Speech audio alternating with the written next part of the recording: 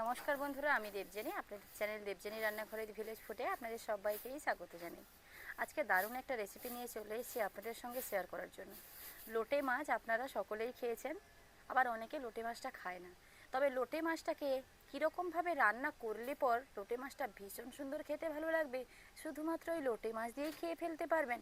কিংবা যারা লোটে মাছ একেবারেই খায় না, পাতে তুলতেই চায় না, তারা লোটে মাছটা একদম চেটে পুটে খাবে। আজকে ঠিক সেরকমভাবেই লোটে মাছের রান্না দেখাবো। তো চলুন শুরু করা যাক রান্না। লোটে মাছটা কিন্তু আমি আগে থেকেই কেটে নিয়েছি, কেটে ধুয়ে লবণ আর হলুদ মাখানো রয়েছে। তবে আজকের লোটে মাছগুলো খুব একটা বড় নয়, সব সময় আমাদের এদিকে বড় মাছ আসে না। এগারটা বড় আছে আর এগারটা ছোটও রয়েছে। এই যে দেখুন, এগারটা একটু বড়, এগারটা ছোট। এদিকে উনুন ধরিয়ে কড়াই বসিয়ে দিয়েছি, কড়াইতে তেল দিয়ে দিচ্ছি লোটে মাছগুলোকে ভাজার জন্য।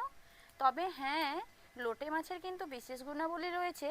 লোটে মাছ খেলে চোখের দৃষ্টিশক্তি বাড়ে। ছোট বাচ্চাদের বিশেষ করে যদি লোটে মাছ খাওয়ানো যায় না, অনেকটাই ভালো হয়। ছোট বাচ্চা থেকে বড় সকলের জন্য এই লোটে মাছটা কিন্তু এইরকমই একটা কাজ করে, চোখের দৃষ্টিশক্তি বাড়ায়। এমনিতেই অনেক ভিটামিন রয়েছে। যেহেতু মাছগুলো ছোট, একেবারেই আমি দিয়ে দেবো।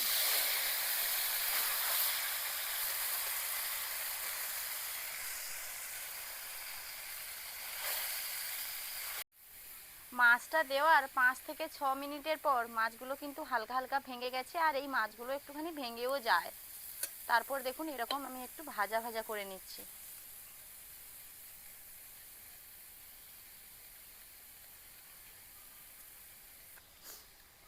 এই লোটে মাছ অনেকে খেতে চায় না। এই লোটে মাছ যখন বাজারে দোকানে ওঠে, অনেকে নাকটাকে ঠিক বন্ধ করে নিয়ে সাইড দিয়ে চলে যায়।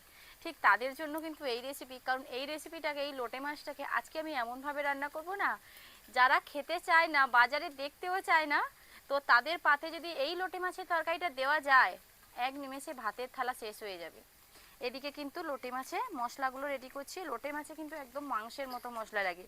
বেশ কিছুটা আদা রসুন নিয়েছি, কয়েকটা চেরা কাঁচা লঙ্কা, আর এদিকে পেঁয়াজ কুচি রয়েছে। মাছগুলো একদম ঝুরো ঝুরো হয়ে গেছে, আর সুন্দরভাবে ভেজেও নিয়েছি। একটা পাত্রে তুলেও নিচ্ছি মাছগুলোকে। লোটে মাছ কার কার খেতে ভীষণ ভালো লাগে কমেন্ট করে জানাবেন। আমার তো লোটে মাছ খেতে ভীষণ ভালো লাগে। শুধু আমার নয়, আমার যে ছোট্ট বাবুটা রয়েছে, ওর বাবাকে প্রায়শই বলে থাকে, বাবা লহরা মাছ আনবে। ও লোটে মাছের মানে লোটে নামটা ঠিক একটা জানে না, তার জন্য বলে না। এমনিতে লহরা বলা হয় বলেই কিন্তু ও বারবার বলে, বাবা লহরা মাছ আনবে। লহরা যেটা, সেটাই নোটে।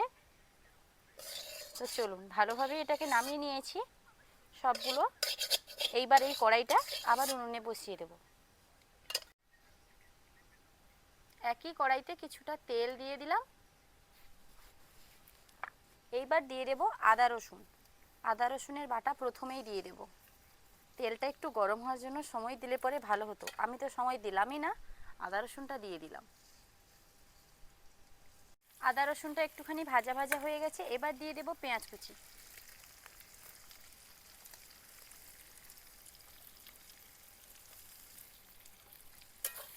পেঁয়াজটাকে আদা রসুনের সঙ্গে ভাজা ভাজা করে নেব। তবে হ্যাঁ, পেঁয়াজটাতে হালকা করে একটু লবণ দিয়ে দেবো, যাতে পেঁয়াজটা গলেও যায়।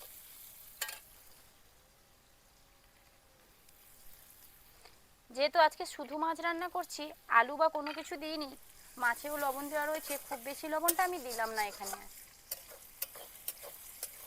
বেশ কয়েকটা চেরা কাঁচা লঙ্কা এবার দিয়ে দিচ্ছি।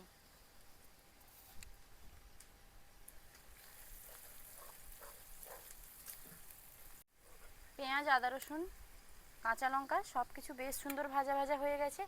একের পর এক গুঁড়ো মশলাগুলো অ্যাড করে দেবো। প্রথমেই দিয়ে দেব হলুদ গুঁড়ো। আলাদা একটা কালার আসার জন্য দিয়ে দিচ্ছি কাশ্মীরি লঙ্কার গুঁড়ো।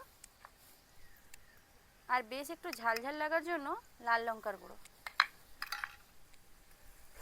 তেলের সঙ্গে 1-2 সেকেন্ড মতো একটুখানি নেড়ে নিলাম। তারপর মশলাটা ভালোভাবে কষানো হওয়ার জন্য কিছুটা জল দিয়ে দেব। কিছুটা জল দিলে পর মশলাটা খুব ভালোভাবে কষানো হয়। এইবার মশলাটা কষানো হওয়ার জন্য সময় দেব।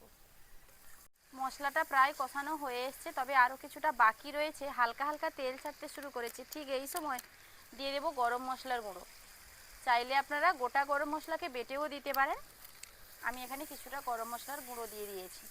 আরও কিছু সময় কষিয়ে নেব, 1 মিনিট মতন কষিয়ে নেব। এবারে মশলাটা ভালোভাবে কষানো হয়ে গেছে, বেশ সুন্দর তেল ছেড়ে ছেড়ে গেছে দেখুন, দেখলেই জিভে জল চলে আসবে। ঠিক এই সময় দিয়ে দেব ভেজে রাখা মাছ।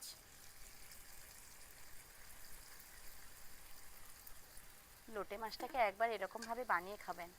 যত রকমভাবে লোটে মাছের রান্না আছে না, সব থেকে সেরা এবং টেস্টি রান্না হলো এটাই।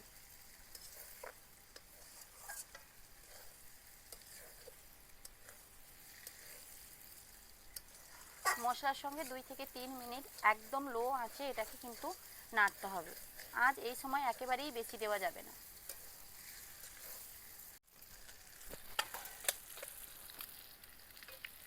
কাঠের উনুন তো, তার জন্য আঁচটা একটু বেশি লেগে গেছে। তবে তরকারি আমার এদিকে রেডি হয়ে গেছে, লোটে মাছের তরকারি। দেখতে ঠিক কীরকম হয়েছে দেখুন। এই রকমভাবে লোটে মাছটাকে রান্না করলে স্বাদটা একেবারেই অন্যরকম হবে। চলুন এইবার এটাকে একটা পাত্রে নামিয়ে নিই।